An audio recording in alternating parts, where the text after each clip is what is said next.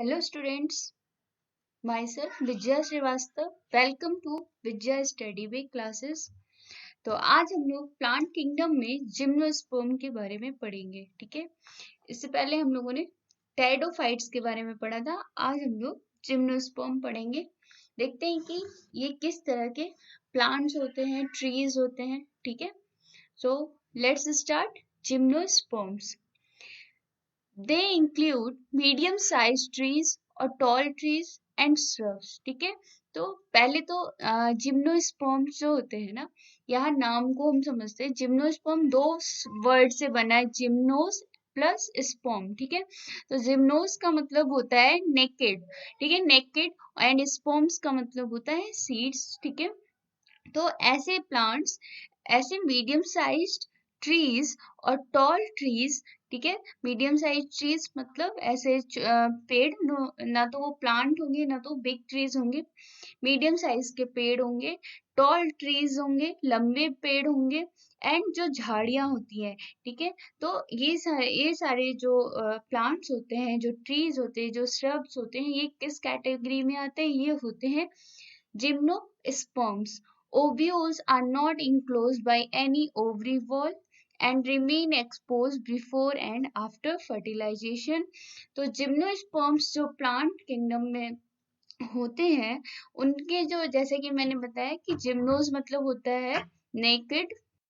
तो इसके जो सीड्स होते हैं, जो स्पर्म्स होते हैं, जो कि रिप्रोडक्शन के लिए रिस्पॉन्सिबल होते हैं, वो नेकेड होते हैं, ठीक है, नंगे होते हैं, जिसपे कोई भी ओवरी वॉल नहीं होती। वो किसी एक फ्रूटिंग बॉडी में नहीं रहते, वो लीफ पे रहते हैं, स्टेम पे रहते हैं, ओपनली रहते हैं। Openly after fertilisation and before fertilisation वो प्लांट्स पे, ट्रीज पे ओपनली रहते हैं, खुले हुए रहते हैं। किसी भी फ्रूटिंग बॉडीज में नहीं रहते, किसी भी ओवरी वॉल से कवर नहीं होते हैं। Next, the roots are generally tap roots. Roots in some genera have a fungal association in the form of mycorrhiza, pinus, while in some others, cycas, small specialized roots called coralloid roots are associated with nitrogen fixing cyanobacteria, ठीक है। तो इसके जो roots होते हैं वो tap roots होते हैं। मतलब टैप रूट्स का मतलब होता है ऐसी ऐसी जड़ें जो ऊपर जाके, मतलब जो जड़ से सीधे ऊपर का जो पार्ट होगा वो स्टेम होगा, ठीक है। उसके बीच में जैसे टेरिडोफाइट्स में हम लोगों ने पढ़ा था कि थैलस होता है, थैलाई होता है। ब्रायोफाइट्स में ऐसा नहीं होता। इसमें रूट्स होते हैं, रूट्स के बाद देन स्टेम होता है, ठीक है। रूट्स जो होते हैं वो क्या करते हैं कि एसोसिएशन करते हैं। जिम्नोस्पर्म्स के जो रूट्स होते हैं वो सिम्बायोटिक एसोसिएशन करते हैं।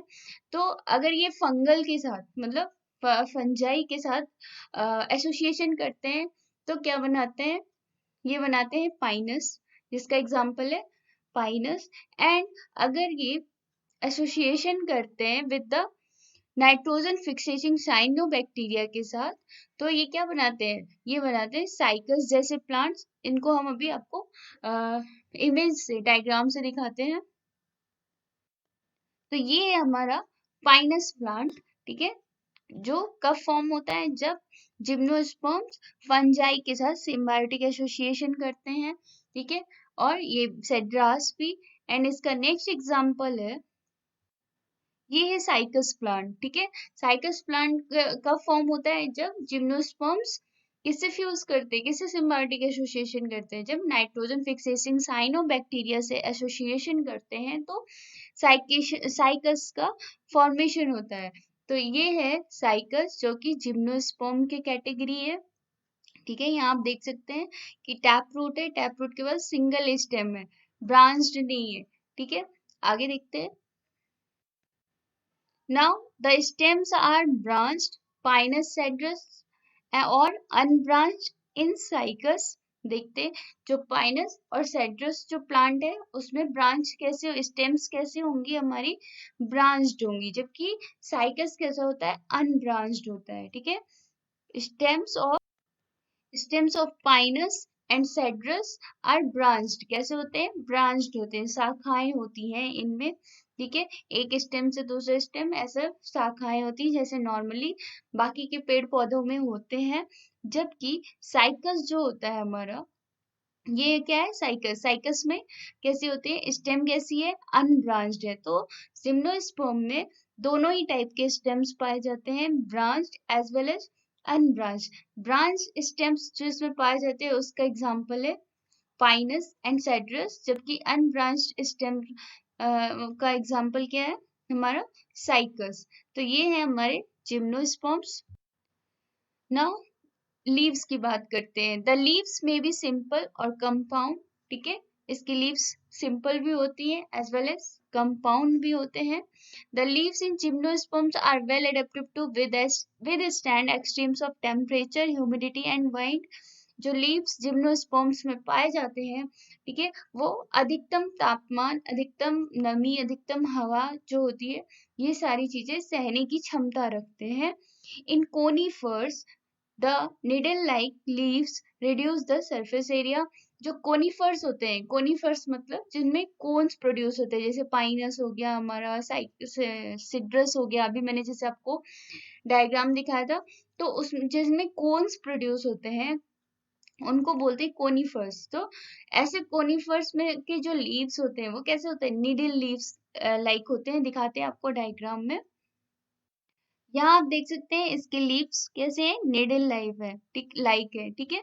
तो यहाँ पे भी देख सकते हैं जो एक्चुअल पाइनस का जो फ्रूटिंग बॉडी होती है, यहाँ आप देख सकते हैं, ठीक है। तो ये कोन होता है, ठीक है, जो कि हम एज अ ऑर्नामेंटल भी यूज करते हैं फॉर डेकोरेशन पर्पस। तो ये इसकी लीव्स हैं जो कि कैसी हैं? निडल लाइक स्ट्रक्चर है, ठीक है। तो जो निडल लाइक स्ट्रक्चर लीव्स होते हैं ये कैसे होते हैं? दिखने में थिन होते हैं। तो ऑब्वियस सी बात है इनका जो सरफेस एरिया होगा वो भी कम होगा। तो जब उनका सरफेस एरिया कम होगा तो क्या होगा कि their thick cuticle and sunken stomata also help to reduce water loss. तो उनका जो स्टोमेटा होगा उतना ही ज्यादा सिकुड़ा हुआ होगा, संकन होगा, ओपन नहीं होगा लीव्स का। तो इससे फायदा ये होता है कि जो वाटर लॉस होता है वो कम होता है। और इस तरीके से ये मतलब अगर हम इनको कम पानी भी दें या कहीं पे कम नमी है, टेम्परेचर ज्यादा है, तो ये इजिली सरवाइव कर सकते हैं, मतलब ये कम पानी में भी सरवाइव कर सकते हैं। Next, they are heterosporous. Strobilia bear two kinds of spores, माइक्रोस्पोरल्स एंड माइक्रोस्पोरेंजिया, ठीक है। तो जिम्नोस्पर्म्स हेट्रोस्पोरस होते हैं, मतलब इनमें जो स्पोर्स का फॉर्मेशन होता है वो सेम नहीं होता है, ठीक है। दो टाइप का स्पोर्स होता है जिसको बोलते हैं माइक्रोस्पोरोफिल्स एंड माइक्रोस्पोरेंजिया। आगे हम इसका अभी लाइफ साइकिल भी समझेंगे। Unlike earlier forms in gymnosperms, the male and the female gametophytes do not have an independent free living existence, ठीक है। तो इससे पहले हम लोगों ने टेरिडोफाइट्स पढ़ा था, ब्रायोफाइट्स पढ़ा था। वहां हम लोगों ने क्या देखा था कि the male and the female gametophytes कैसे थे? अलग अलग प्लांट में थे, अलग अलग सबस्ट्रेटम पे थे, अलग अलग थैलस पे थे। सेम पे भी होते हैं बट अलग अलग भी होते हैं। बट जिम्नोस्पर्म्स के केस में क्या है कि जो मेल एंड फीमेल गैमेटोफाइट्स होते हैं वो एक ही सबस्ट्रेटम पे होते हैं, एक ही थैलस पे होते हैं। और ऐसा कह सकते हैं, यहाँ पे थैलस तो नहीं होता, तो ऐसा कह सकते हैं कि एक ही पेड़ पे होते हैं, ठीक है। Gym male and female gametophytes दोनों ही एक ही पेड़ पे या एक ही ट्री पे या एक ही झाड़ी पे प्रेजेंट होते हैं। यहाँ ये जो डायग्राम देख रहे हैं आप लोग, इसमें हम समझेंगे माइक्रोस्पोरेंजियम की या स्पोर्स का लाइफ साइकिल देखेंगे, ठीक है। तो यहाँ पे एग्जाम्पल पे हम लोगों ने लिया है पाइनस ट्री, ठीक है। ये हमारा पाइनस ट्री है जिसको मैच्योर स्पोरोफाइट बोलते हैं, ठीक है। देन यहाँ पे क्या होगा कि कोन का फॉर्मेशन होता है, जब ये मैच्योर रहता है तो कोन का फॉर्मेशन होता है, जैसे कि मैंने भी आपको रियल इमेज में दिखाया था, जो कि फॉर एज अ ऑर्नामेंटल और as a for decoration purpose हम लोग यूज करते हैं। तो इसको बोलते हैं ओव्यूलेटेड कोन। क्या बोलते हैं? ओव्यूलेटेड कोन। तो ऑब्वियस सी बात है ये क्या होगा? फीमेल गैमेटोफाइट होगा, ठीक है।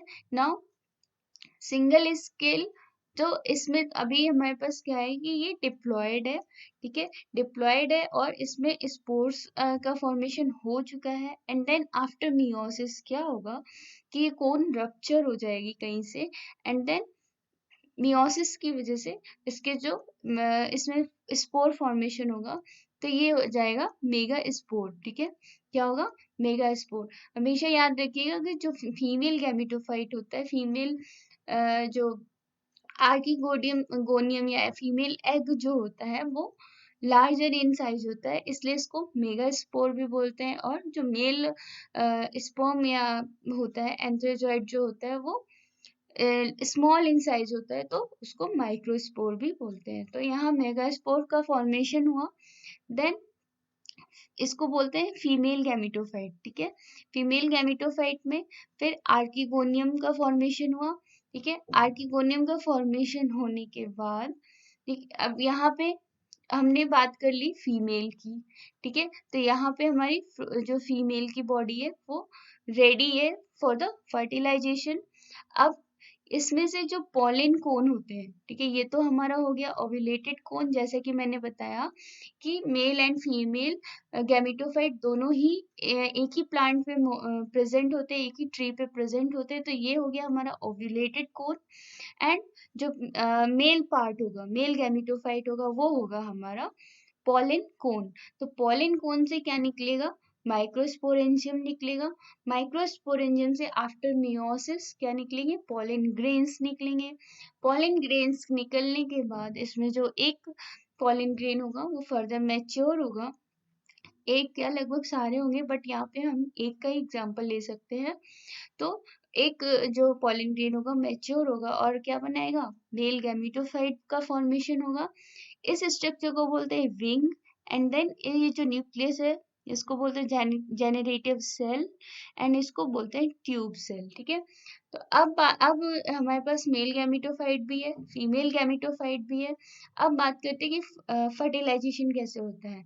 तो ये तो हो गया हमारा आर्किगोनियम था, फीमेल गैमेटोफाइट था, जिसमें जो पॉलिन ग्रेन्स होते हैं वो स्विम करके एंटर करते हैं, ठीक है। और ये होता है पॉलिन ट्यूब, इसको क्या बोलते हैं, पॉलिन ट्यूब। तो इसमें फर्टिलाइजेशन होता है, फर्टिलाइजेशन के बाद क्या बनता है, डिप्लॉयड एम्ब्रियो बनता है। ये हैप्लॉयड होगा, ये हैप्लॉयड होगा, उसके बाद डिप्लॉयड एम्ब्रियो बनता है। डिप्लॉयड एम्ब्रियो के बाद जाइगोट बनता है। जाइगोट के बाद सीड एंड विंग का फॉर्मेशन होता है, ठीक है। उसके बाद एक mature sporophyte after a span of time, एक मैच्योर स्पोरोफाइट का फॉर्मेशन होता है। तो इस तरीके से था हमारा जिम्नोस्पर्म का लाइफ साइकिल। तो याद रखिएगा कि जिम्नोस्पर्म्स में male gametophyte as well as female gametophyte एक ही प्लांट पे होते हैं, ठीक है। और ये था हमारा लाइफ साइकिल। इतना था हमारा जिम्नोस्पर्म के बारे में। नेक्स्ट वीडियो में हम एंजियोस्पर्म पढ़ेंगे, एंड देन पढ़ेंगे plant life cycle and their region and their generations, ठीक है, जो कि लास्ट टॉपिक होगा इस चैप्टर का, प्लांट किंगडम का लास्ट टॉपिक होगा, ठीक है। तो इतना था हमारा जिम्नोस्पर्म। आई होप आप लोगों को अच्छे से समझ में आया होगा। Thank you for watching.